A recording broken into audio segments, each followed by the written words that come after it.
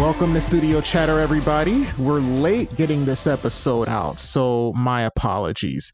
Scheduling conflicts beyond everyone's control prevented us from recording the episode until Sunday night, the day after the episode was supposed to air. But I do believe that it's going to be worth the wait because my guest is somebody who I've wanted to chat with for a while now. That is none other than Keeley Bumford, also known by her artist name, Dresage. A graduate of Berklee College of Music, Dresage is a highly accomplished producer, singer-songwriter, and composer who has gone on to collaborate with Jai Wolf in his single Better Apart, which has garnered over 7.5 million plays on Spotify. She was a standout in Andrew Huang's hit series Four Producers, One Sample. Her music and voice has been heard on My Valentine, the original film from the Into the Dark series on Hulu, as well as on too many major video game, movie, and television trailers to name. And guys, all of those accolades are only the tip of the iceberg. Helping me conduct this discussion is my good friend, a producer by the name of Antshay. Antshay is not only a talented musician, but he's also a physician. So anyway, guys, this was a great conversation. So let's get to it. Dresage, how are you? I'm good. How are you? I know that you had a birthday last week. I did. So I hope that you had a happy and healthy birthday. I did. Thanks. Anyway, I definitely wanted to have you on because you and we've talked so many times about music and about just so many things in the industry and about life. And so many times I have had conversations with you and I was like, man, I wish I was recording this for my podcast. And so it's really great to have you here. And of course, also you, Antshay, it's great to have you here as well. Hey, Craig. Hey, Keeley. Hello. Yeah, I love the conversations that the three of us have together. So I want to first talk about your EP, the EP that you released this year, Terror Nights and Terror Days. Let me tell you something, Keeley. Oh my goodness. I have listened to that freaking EP to death. And not only have I listened to it, I've dissected it. And I just have fallen in love with it. I love it more and more every single time I hear it. And it's actually the first EP that you have released as the sole producer. What led you to wanting to undertake such a huge venture? Well, first, thank you very much. That means a lot to me that you are listening to things that took me so long and so many tears and laughter and all that kind of stuff. So that's really meaningful to me. Thank you. I came about to wanting to undertake that crazy thing of writing and producing an entire EP myself, because I kind of needed to prove to myself that I could.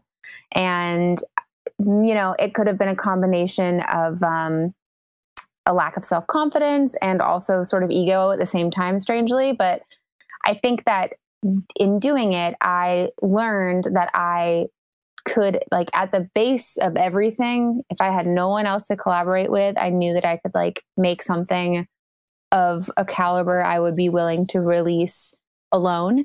And that felt very empowering to me because I had always done co-productions up until that point. So I always sort of felt like maybe I wasn't really capable of doing it completely myself. And so I think in doing that, showing myself that, I think I was also really lucky to come into this world of the online producer community. And I think a lot of other people that also need to see an example of that being done so that they can do it themselves if that's something that is what they want, especially young women kind of coming up in production who, you know, it's no secret that space is not super inviting for women and historically hasn't been. And so it's kind of a lot of those types of barriers that I just had to keep chipping away for myself.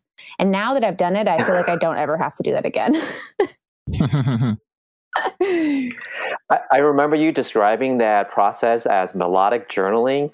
Maybe you could describe a little bit what you meant by that. Yeah, I think that a lot of so I came to music and production through singing and through telling stories first. So I definitely have a knowledge base in the technical side of recorded and production, recorded music and producing, but it all comes from this very human, emotional processing place of singing.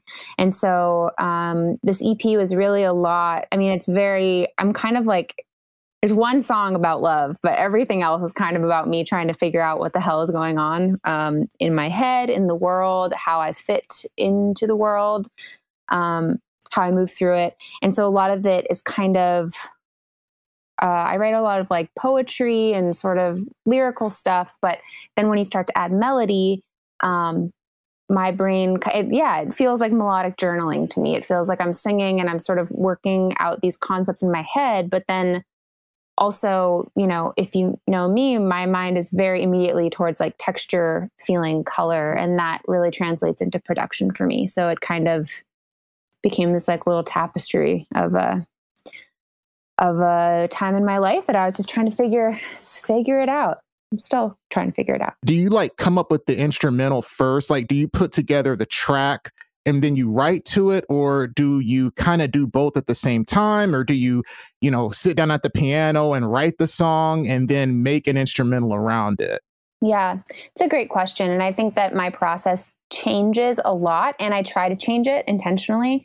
One thing I do know is that I forget things I sing immediately. So I really need to always be having at least voice notes going so that I can listen back to what I was singing or playing.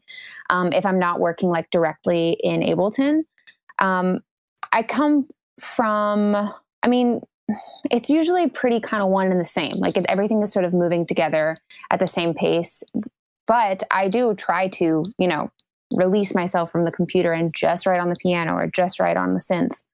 And I also come from like toplining world. So a lot of that is getting a track and then writing a top line melody and lyric on top of that. So I feel like I do all the different things, but for Dresage specifically, it's become very intertwined with production because everything feels so one and the same to me. An emotion can be explained through a lyric, sung through a melody, and also felt through a synth or through a beat. And so they're not separate to me anymore. I don't know if you have that experience. The thing with me is most of the time I'll do the track first and then I'll write to it later. I guess that just comes from the whole tradition of making beats and then shopping them and that sort of thing. And Totally. So I guess I just come from that background of doing that. But I swear there is just something magical about sitting at the piano and then writing a song out there and then putting a track to it. It kind of feels like you're a real producer, kind of old school in a way. I know. So I really enjoy that process. And plus the music I make is very different when I do that. Like there was a track that I did, and it was actually for an artist named Simone, who I worked with this year. And I wrote the track out on piano. Like I literally made a piano rendition. And everybody was like, wow, this sounds very different for you. But they liked it. So yeah, that definitely is something that I love to do as well. Now, you have done a lot of work for companies like Disney. You've done work for a lot of video game trailers. You get a lot of commissioned work. And do you have a manager? Do you have an agent that you work with in order to get those gigs? I don't. I have, so it's kind of like the short answer is that throughout my career, it's always been me having relationships with like music houses or music supervisors.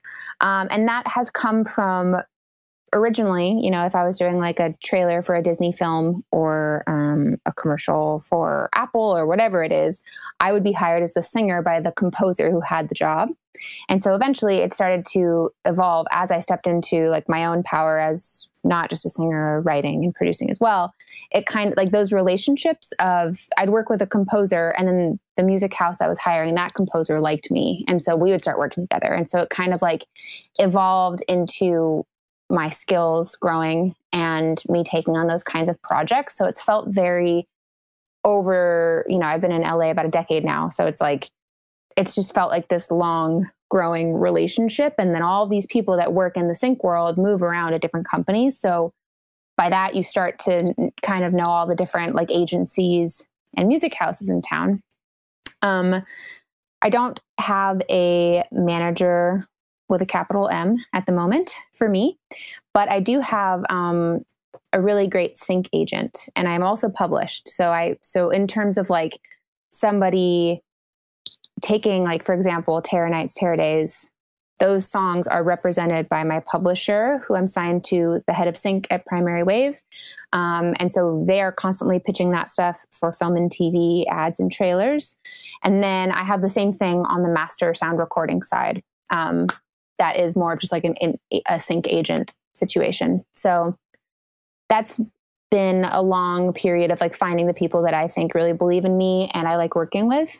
And I've definitely worked with a bunch of different folks in terms of like sync representation, but not a proper long-term manager. Now, I know you studied music production and engineering at Berklee, but how did you develop this interest in television and film scoring? Because I think that's a unique side of dressage music that a lot of people don't know about. Yeah, I think that I was just really lucky. My partner is a composer and producer as well, and so we kind of both ended up in LA, and he had studied music, he had studied film scoring, and I had studied music production engineering, and so I was able to tap into this kind of community of composers who unintentionally I just was like kind of brought into the projects they were working on. And that was like one of my first mentors. His name's Gabriel Mann, and he's just this incredible songwriter, composer, producer. He did all the music for Modern Family. It's like his big show. Oh, cool. And he like wrote the theme song for Modern. He's just a badass. But he was in this band called The Rescues, and they were a group of 4 songwriters, and they all kind of branched off into these different things. And they all have just kind of since day one of, I don't know, within the first year or 2 of me living in LA, they've like really I don't even know if it was super intentional for them or not, but just some of the opportunities they threw my way or they put my name in the ring for, like, have really blossomed into meaningful things for me. And that just ended up being, thankfully, in the world of either licensing songs for film, TV, ads, trailers, promos, blah, blah, blah, or in this sort of more composing for visuals world. And I actually, it's so interesting how we put ourselves in these arenas and we're like, well, I'm this, but I'm not that. But like, actually that is like really quite a crossover amount of skills that I have. So like, why wouldn't I also be considering myself as capable of in that, discipline? And for me, that was composing, because like I write songs, I produce them, but everything that I do is very vocal based and therefore usually pretty lyrical song based. And that's what people have come to me for a long time for. And so, the idea of scoring a short film, a TV show, whatever it is, that actually doesn't have anything to do with vocals was something I was just like, oh, well, no, I'm a singer. That's why people come to me. And so breaking that down for myself again has been really fun. So I've started like scoring films that, maybe there's like a vocal texture in one of the cues, but it's not the main focus. It's actually very instrumental. And that's been a new arena for me that I'm really enjoying. And I kind of have to balance it, because at the end of the day, what I really want to be doing is my artist project most in this moment. But there is a lot of crossover where I can write songs that are going to be in a film, and then I can also score it. And the songs that are in the film are by me as Dresage. It's my voice. It's the texture and palette that I create for the film. But then I can also take that world and, kind of find a way to make a score out of it. And that's really a fun task that I've been able to do a couple times. You had mentioned how there's so many different things that you're doing, from composing to obviously the artist project that you did, the this sync work that you're doing. And I had Bad Snacks on last week. And one of the things that she talked about was how she wants to be a multi-passionate musician, somebody who teaches, somebody who, of course, puts out music, somebody who also wants to do sound design and all sorts of things. And I think these days, you really can't put yourself in one box. You really can't. And I know for so long, you know, we've always been taught, oh, you got to choose what you want to do. You're either going to be this or you're going to be that. And I've even been guilty of kind of doing that myself, because I'll ask people, okay, are you more of a producer or an artist? It's like, why can't you be both? You know what I'm saying? And so I think I just come from this old school mindset of, oh, you got to choose this one path and you have to do that. Well, no, you don't. Like, you can be more than one thing. And even today, it's better that you do more than one thing. Yeah. Now, you had mentioned how you had a project with your partner, and that's More Giraffes. Is that right? Yes. Yep. And Mark and I have worked together a lot in a lot of different things outside of More Giraffes, but we did create a little artist project together. That is, how did that get started? Well, we've actually had a couple. So a handful of years ago, God, I don't even know, probably like circa 2013, 14. I know about Hotel Cinema. I did my homework. Actually, that's ironic because I'm wearing the merch today. It's like nice. It's my Sunday's best of like lounging around the house vibes. Hilarious. Yeah. So we were in this band called Hotel Cinema together, and it was really fun. It was a group of 5 music school kids, totally just like trying to out music school each other, which was like actually in the end really turns out not useful because music nerds. Yeah, it was just like, and then can we go into 7 here? And then be like, what if we like modulate here? And it was just like, it was like music for musicians, which was fun. But so anyways, we had that project, and I definitely got to the point where I was like, you know what? I think like I need to like take my responsibility for myself and like have my own project, because being in a band is really hard. Oh yeah. And relying on, you know, it's just like all of the agendas have to align and everyone has to have the same vision otherwise. Oh yeah.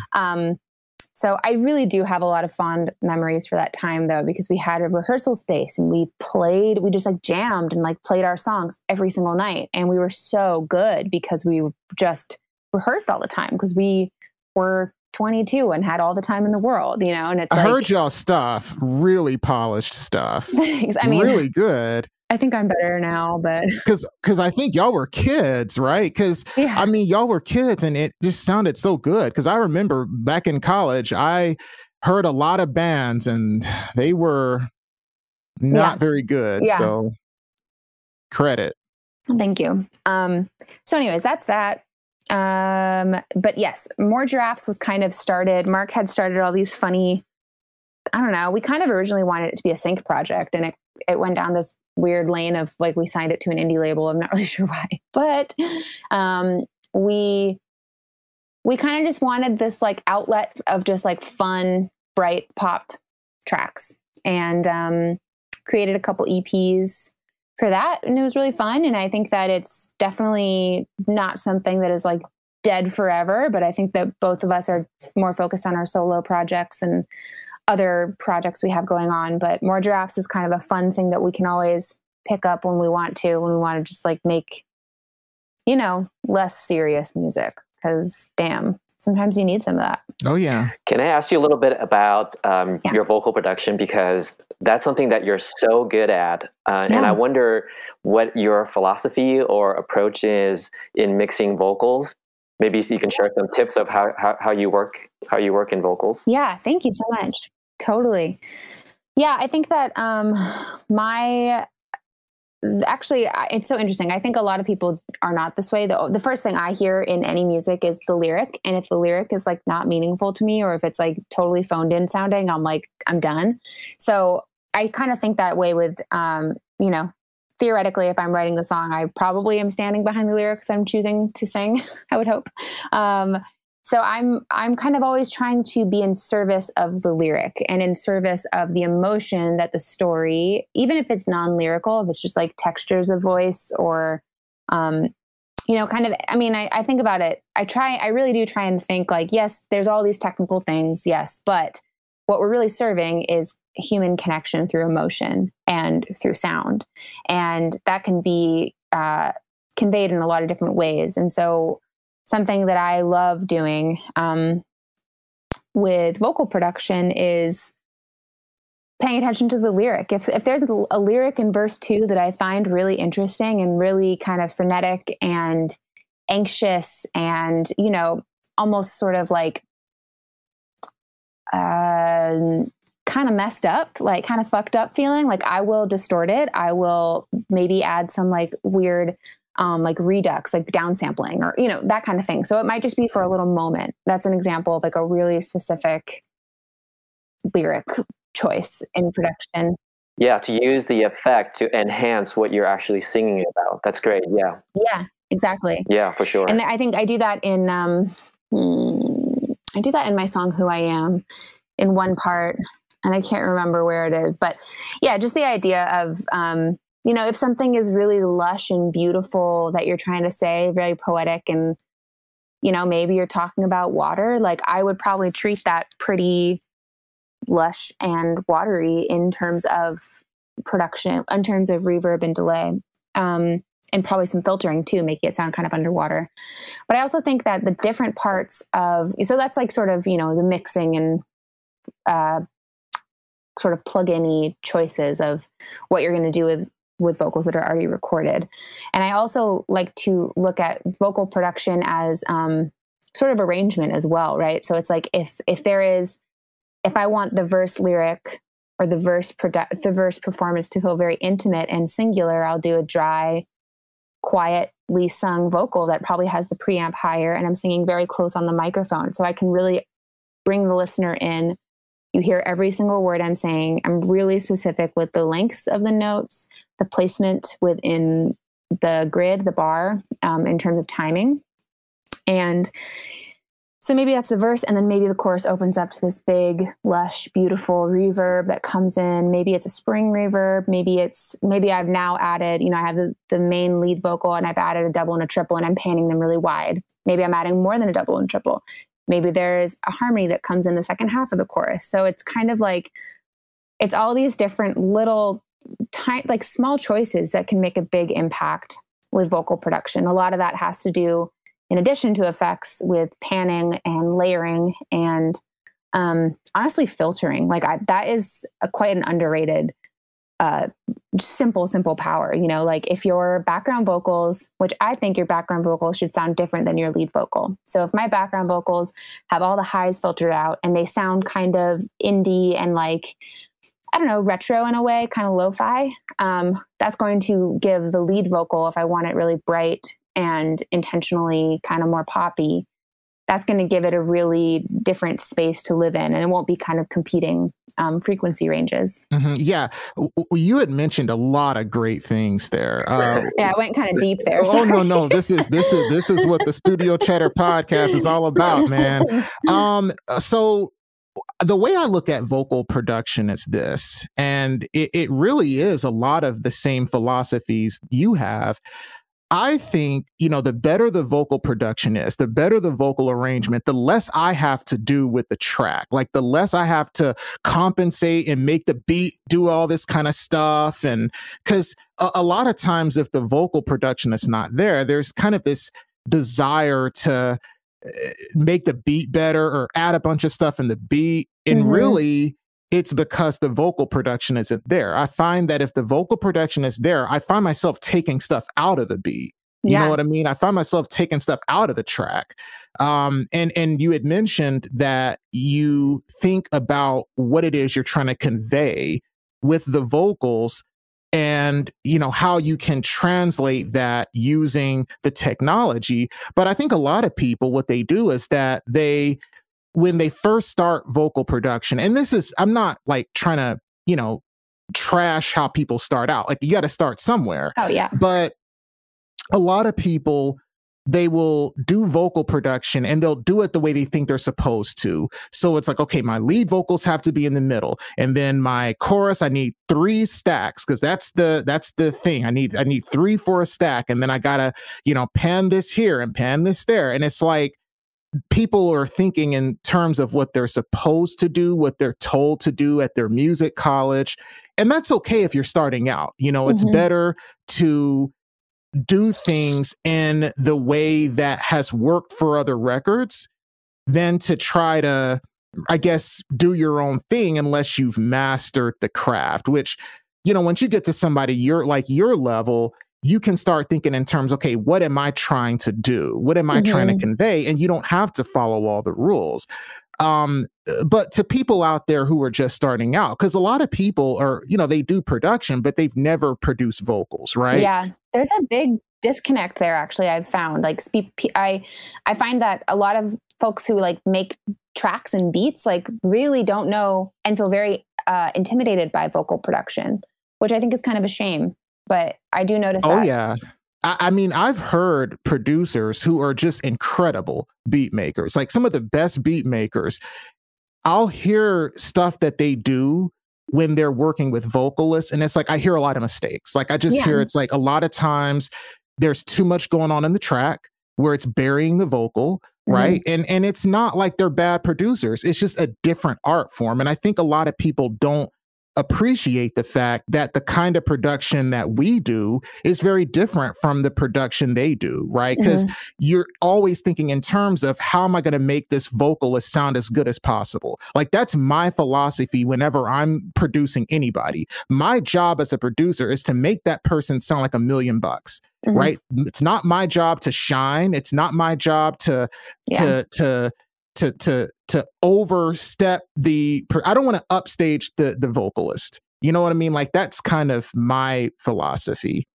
And that's like the no ego amigo, you gotta have no ego amigo. So it's all about that. So we ask this every episode. How did you get started? I want to hear your origin story. You're not that old, so it ain't going to take that long. Oh, well, thank you. How did you go from a little girl falling off horses to becoming the great musician you are today? Well, I grew up in Washington State. I grew up riding horses. My name, dressage, is actually an Olympic sport that my dear friend Adrienne Lyle was on the Olympic U.S. team and won silver for this summer. Wow. Congrats to that person. I know. She's awesome. So I grew up riding dressage. I don't know why I've made it hard to find me on Google, I guess, but I just felt like I liked the name dressage. It's so stupid. Your name is Dressage with 1 S. Yeah. It felt clunky. When I was designing a logo, I was like, I don't like this many S's. Like, fuck that S. And I took it out. And so that's the choice. That's where we're at. But yes, it is. Dressage is a French word. At the time when I first started this project, I was really inspired by, and I still am, by composers like Ravel and Debussy. And so I was trying to find this marriage of sort of, what is that called? I don't even remember what era, but that Impressionist. Thank you. Impressionist, classical French music kind of coming into what was turning into jazz and finding this, sort of marriage between the places of pop, jazz, and sort of impressionist French classical music. Anyways, backing up. So that was the original story. That's why I liked the word dressage, because it's a French word. So, I grew up in Washington State. I'm an only child. I was raised in the mountains, completely off the grid, my whole life. And I did a lot of different things. I mean, I played soccer, I played volleyball. I was a very outdoorsy kid, but I guess my first thing in music was that I started piano lessons when I was young, and I didn't really like them. I was kind of scared of my teacher and kind of bailed on that. And then around middle school, I got really into Celtic flute and played flute a lot and really started to learn and enjoy sort of classical flute, but really leaning into Celtic for whatever reason. There's a scene in the Northwest of that. I don't know why, but I don't know, somewhere in middle school, I started singing choirs, and I started really discovering music that I cared about, you know, for myself, not just like what my parents listened to. I definitely had like a Warped Tour phase. I was really into pop punk and, but kind of always had been, you know, kind of going through middle school and into high school, like very inspired by, sort of 90s singer-songwriters like Jewel, Alanis Morissette, Sheryl Crow, the Cardigans, the Cranberries.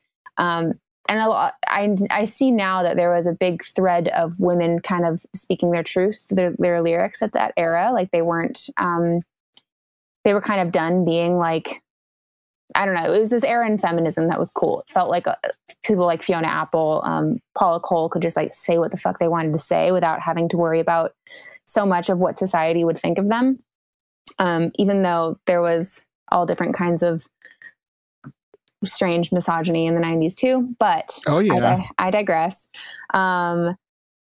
So yeah, it kind of got to a point where I had done a bunch of different things and music started to become really the forefront of what I was interested in. And I can remember a friend's dad giving me a burned CD of Louis Armstrong and Ella Fitzgerald duets album. They made a handful of duets, like jazz standard duet songs. Oh yeah. And I lost my shit. I was like, this is, you know, I'd like obviously been into the Beatles and like Simon and Garfunkel and stuff my parents like.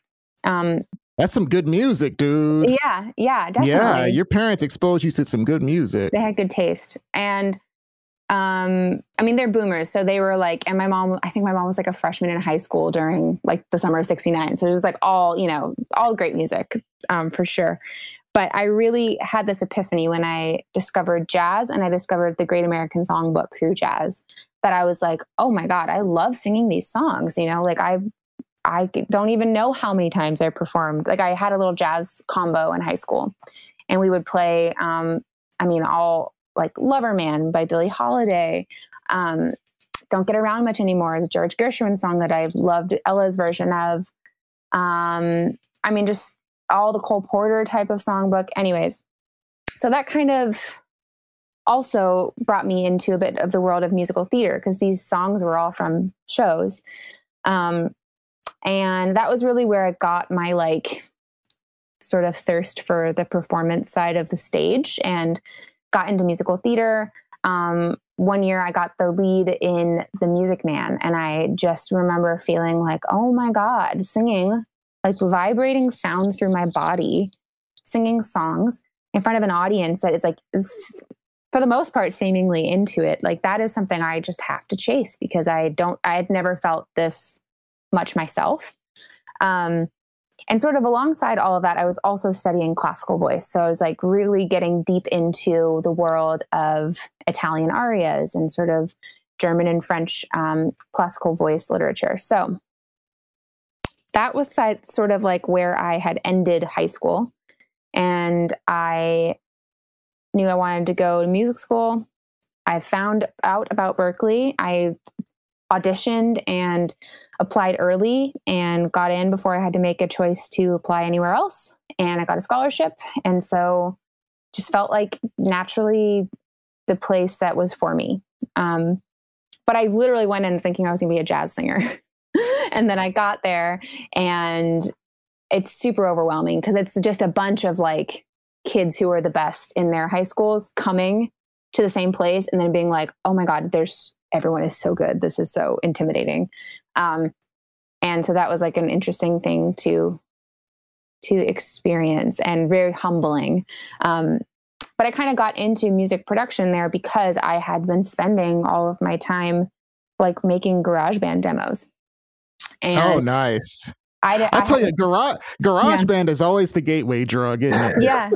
I mean, my songs were super whack, but they were, you know, it was just this era of this, like, my friends were going to parties and I was in the rehearsal rooms, like figuring out how to record layers of vocals and what that might sound like with like this kind of crazy, probably way too much reverb, that kind of stuff.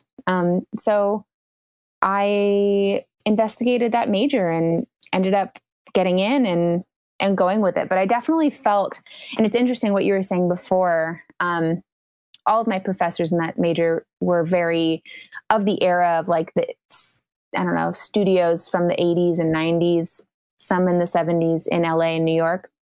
It was very like, you're either an engineer or you're a producer or you're a musician in a band or you're a singer, and there's no like overlap. And so that was definitely a bit of the messaging I got, where even just before I could enter that major, I was like, okay, so like I want these skills and I want to be able to do this for myself, but I don't want to be an engineer at a studio. Like I'm pretty much always going to be the teller of the story and the artist. And thankfully that all really worked out, because I ended up being one of the first singers of people I knew who knew that I record myself, and always had a home studio. You know, I moved out to LA and I was getting this work with composers because I was a reliable vocal, like good singer who could record and deliver high quality audio files. And now I'm so glad that that skill has kind of like gone pretty widespread, especially for kids growing up now. I think they know they need to know how to record themselves.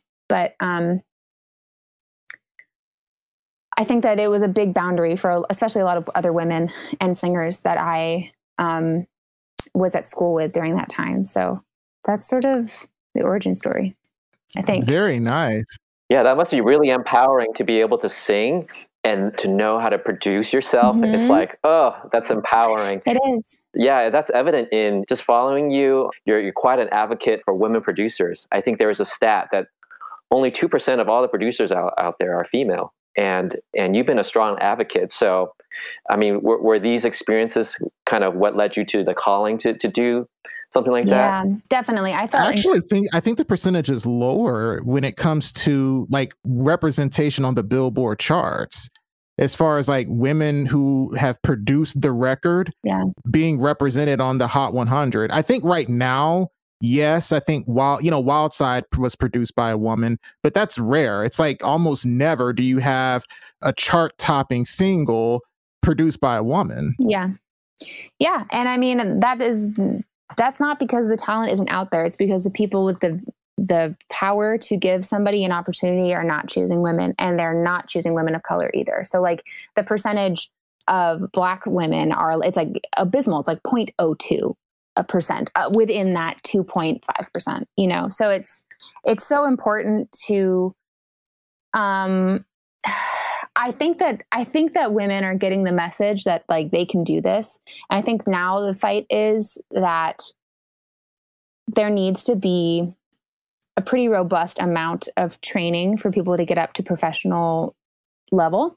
And also people who have the power to hire folks need to be hiring women, and they need to be hiring women of color. And it's like, I can't tell you how many times I've definitely gotten a call because I'm a girl, and it's like, oh, they want this company who wants to, you know, give me the opportunity to have this big thing.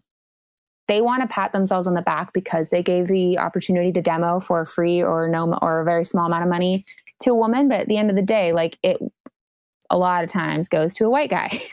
So yes, this is really important to me because I felt incredibly alienated by, you know, I graduated college in 2010. And so that was obviously pre this era that we're in. And I have so much hope with, you know, people like Annie Elise, for example. She's in basically the major I was in, and she knows that she is just as worthy and just as good and as all the other guys in her major. And I think that it's so exciting for me to see young women who are advocating and doing the work to like change that message. But my message was like, women, if they're in the music, if they're in the studio, they're an accessory, they're a girlfriend, they're the singer, or they're just like trying to hang as an engineer or producer, but they don't actually know what the hell they're doing. And so it was intimidating. I point blank had people say to me in front of a crowded room in class, like, oh, she doesn't know what she's talking about. She's a girl. Oh, damn. Are you serious? Oh yeah. Like not even, that's crazy. Not even They ain't even hiding it no more. Not even hiding. So, and what did you say? What was your response? I think I probably just said like, fuck off. But like, you know, I was insecure and like 19. I believed them. So oh, damn. I wasted a lot of my time. I kind of feel like I'm a bit of a late bloomer because I believed all this crap that actually was not true. for too long.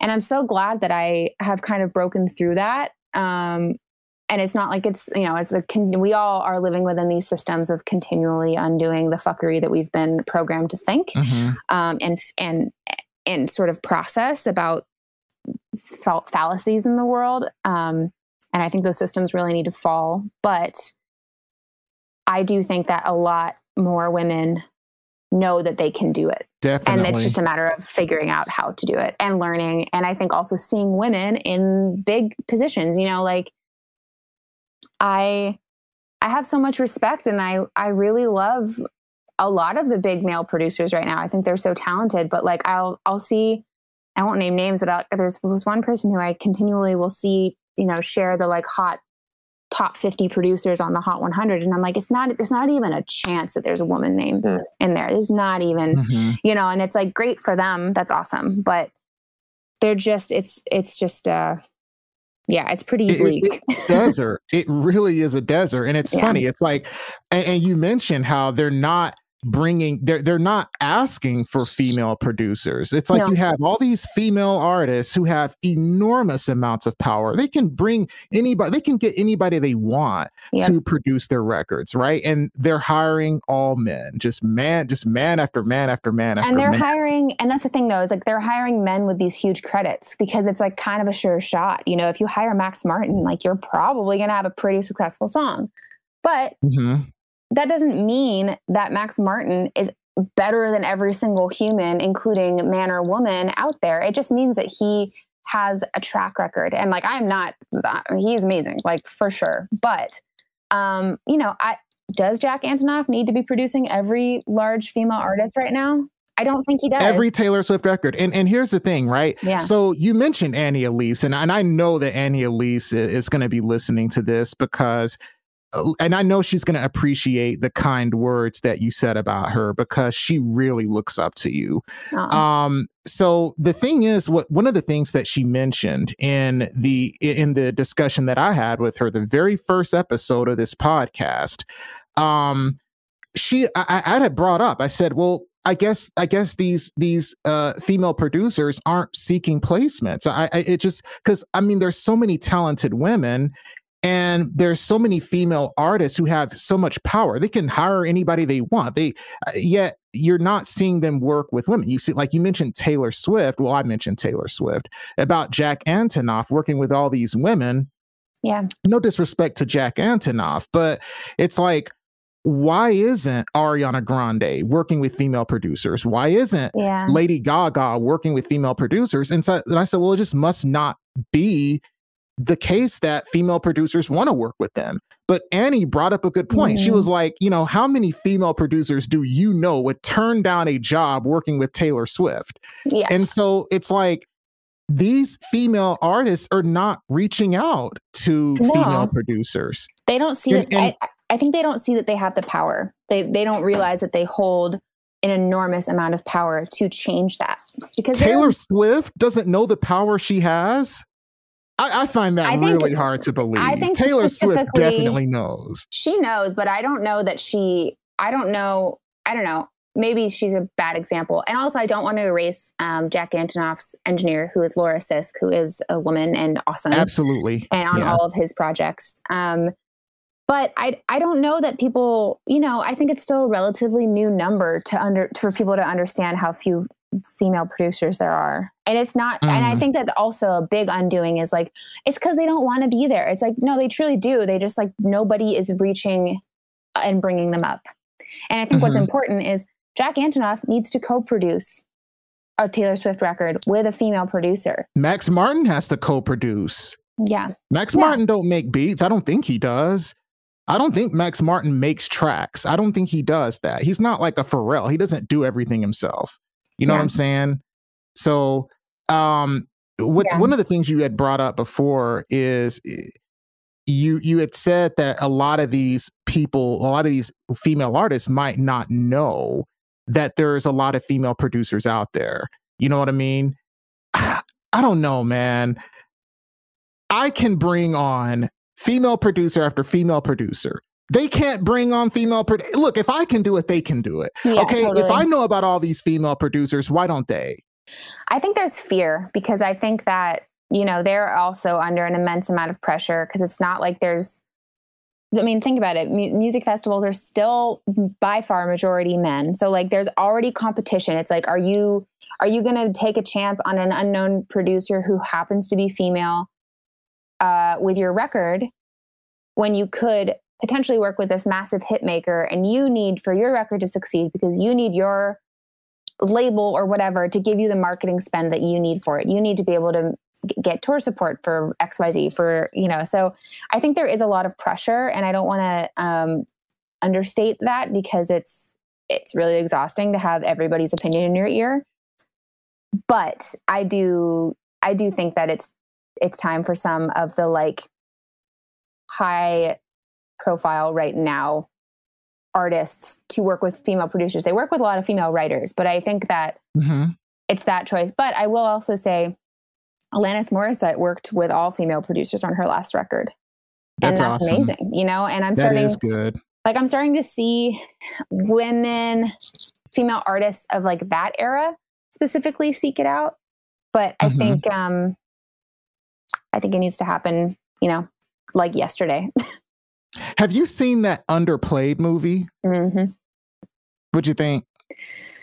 I loved it. I cried because I was like, this is everything I've needed to hear. I'm not crazy. It is really hard to be like, I mean, that's really specifically within sort of the EDM world, but those festivals are like there's two women that get to play. Okay.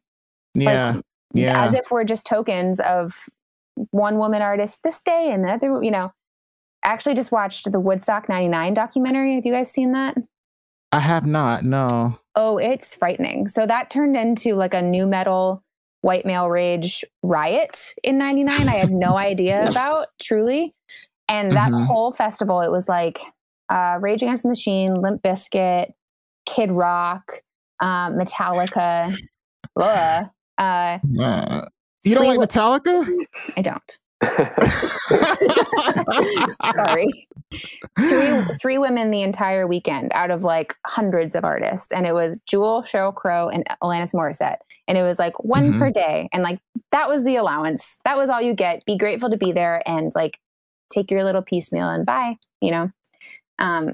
So yeah, that reminds me of Underplayed because it's just heartbreaking. Yeah, I would not think there would be a Tracy Chapman there. I mean, we can only dream, right? Yeah, truly. Yeah. So I'll say this about the Underplayed movie. I think the intent of the movie was great. Okay. And I think there definitely needs to be more movies like it.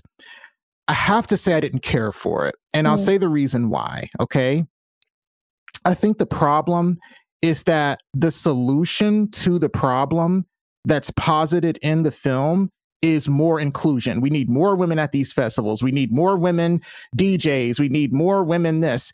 And it's kind of like, you got to change the system. Okay, just having more women there is not going to fix the problem because it's kind of like, we see that in Hollywood, right? There's plenty of female actors in Hollywood. All right. Yet it's still sexist as hell. Why? Because the people that still run it are sexist as hell. Okay. So if you take EDM, right? So this is something I've really, really been passionate about that I've always kind of, it's something I've talked about in private with people, but I haven't really had the chance to talk about it publicly.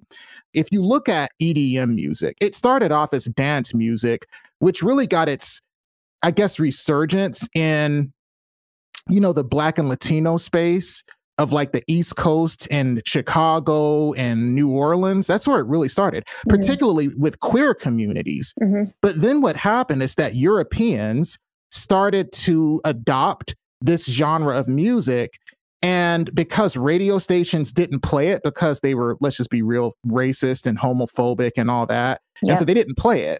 But what happened is that European musicians started to adopt dance music, and they started to get pressure from their labels to make it appeal to white people. And so that's what, over the course of years and years, that's how we ended up getting, EDM. I mean, that's what EDM is. EDM is now a style of music that's dominated by straight white men.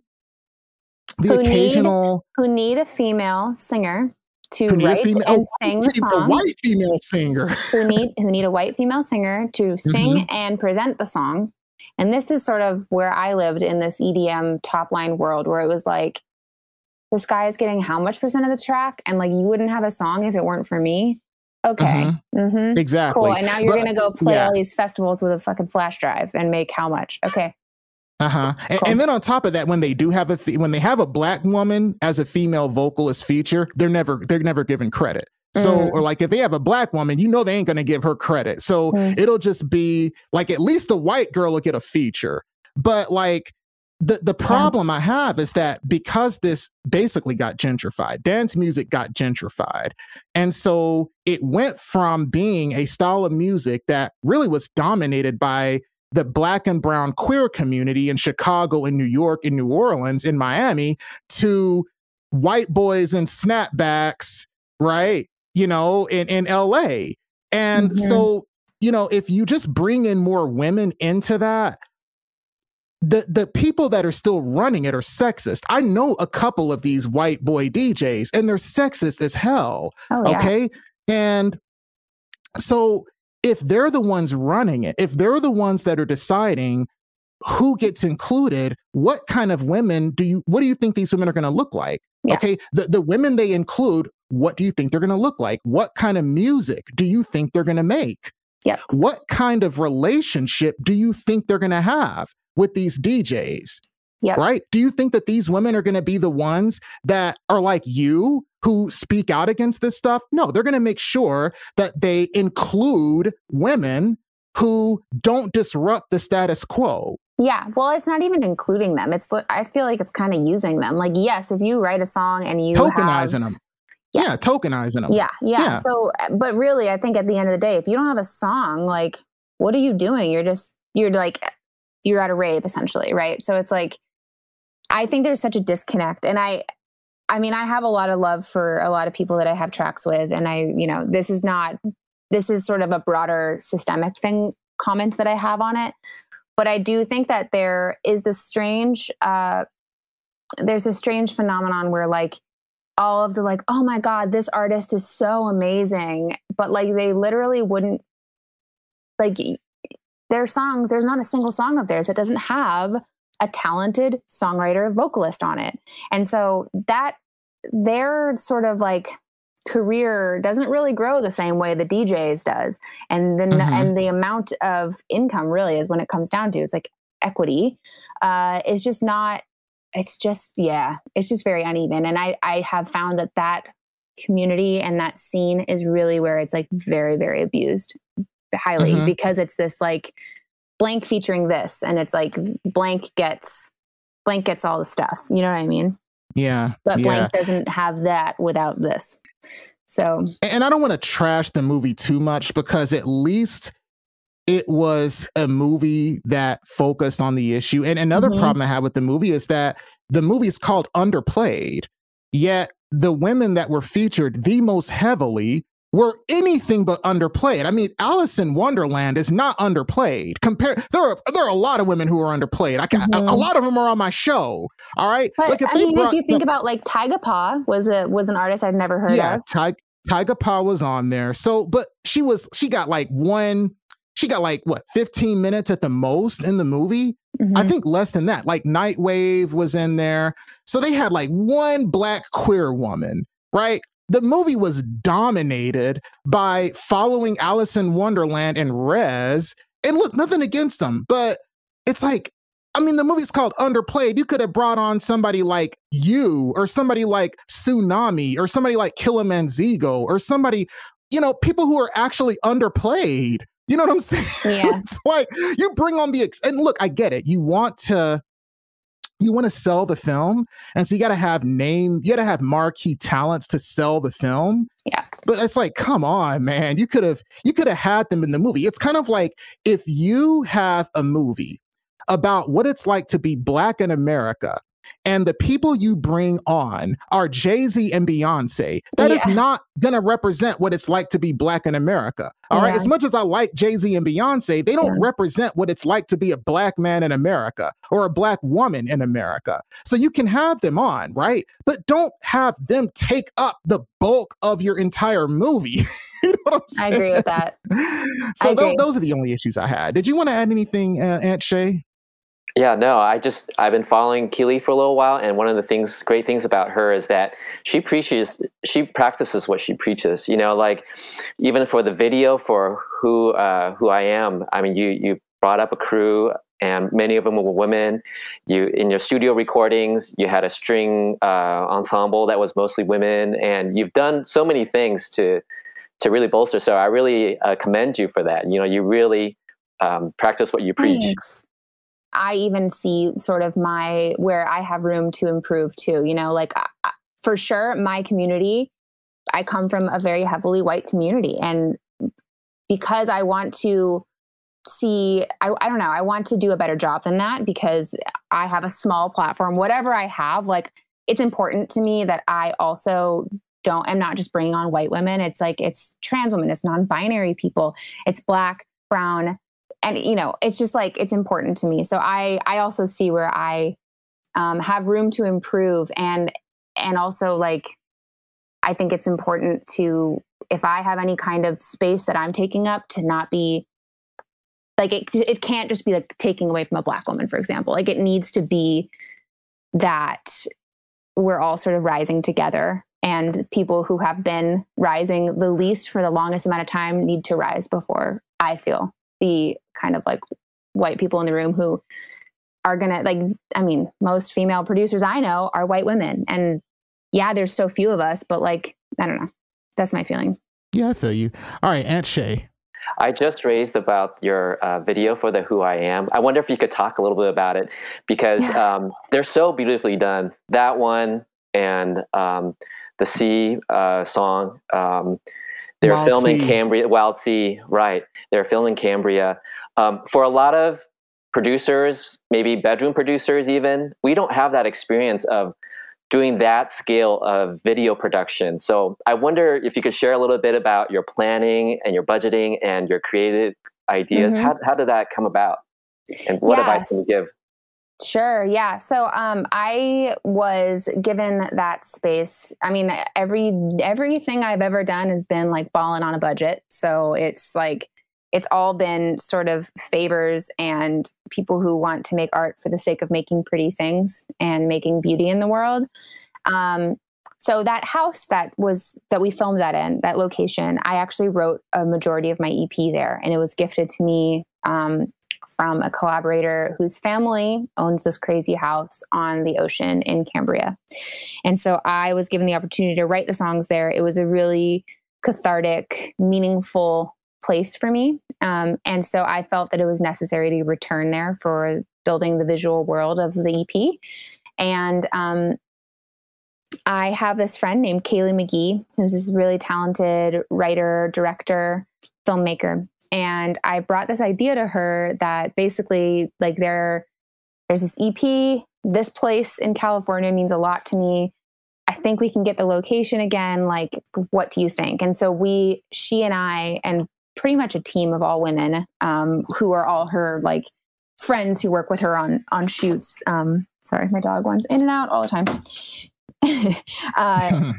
So she brought on we kind of like came up with this idea. She had these beautiful ideas and mood boards she built based on my music and based on, you know, that idea of sort of this stormy, cloudy place in Cambria, this like moody beach kind of vibe. And if anybody who's listening, if you heard me talk about building like mood boards for music, like you better believe that I do that for any kind of visuals too. It's like everything. If I can spell out how things are going to feel texturally, visually, color-wise, it's really important to me. So anyways, we did that. We kind of put together this idea for going up to Cambria for like a 3-day span. And we all stayed in this house together. It was about 8 or 9 of us. We all stayed in this house together. I cooked all the meals. I like pre-prepared them, and my friend Karis helped kind of heat them up. And we kind of just like had this shooting schedule. We got 2 music videos and all of the promo pictures, and built all these like crazy sets in the house and stuff. So it was definitely an invest. I mean, I obviously funded everything, and it was all people working on not their normal rate that they deserve, but what they were willing to do it for. And yeah, it was an investment for sure, but it was something that I knew that if I could get enough talented people in one space in one amount of time, we could rent the equipment, we could build the kind of world that I could get all of the visual stuff I needed for the whole EP. And so that's what we did. Yeah, and it was so beautifully done. Everybody should definitely check it out on her YouTube channel. Kaylee McGee and Rose Curry, I would say, are the masterminds behind that. So shouts to them. Definitely. I mean, they did an amazing job. I loved the music. I loved the video. It's just, and it's so you. That's the thing. Like when I saw the video to Who I Am, I was like, this is definitely so Dresage for sure. So we are almost out of time. So I'm going to ask one more question. If you just one day, let's just say for the sake of, let's just go wild and say you end up winning a Grammy Lifetime Achievement Award, what kind of things would have made a successful music career for you?